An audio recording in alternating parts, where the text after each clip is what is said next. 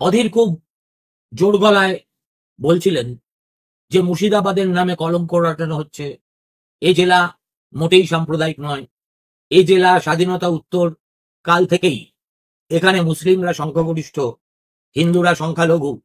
এতৎসত্ত্বেও সাম্প্রদায়িক সম্প্রীতির একটা আদর্শ গন্তব্য এবং দৃষ্টান্ত হিসেবে মুর্শিদাবাদ এতদিন পশ্চিমবঙ্গের মানচিত্রে উদ্ভাসিত হয়ে এসছে।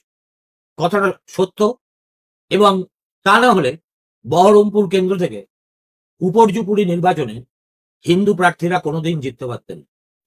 এই প্রথম বহরমপুর কেন্দ্র থেকে একজন গুজরাটি মুসলিম উড়ে এসে জুড়ে বসে অধীর বাবুকে হারিয়ে সংসদে চলে গেছে, এবং আজকে যখন তার জেলা এত অশান্তির মধ্যে পড়েছে, তখন তিনি ইনস্টাগ্রামে আরামে কিভাবে চায়ে চুমুক দিতে হয় তার ছবি ছাপিয়ে কার্যত জেলাবাসীকে বৃদ্ধাঙ্গুষ্ঠ দেখাচ্ছে।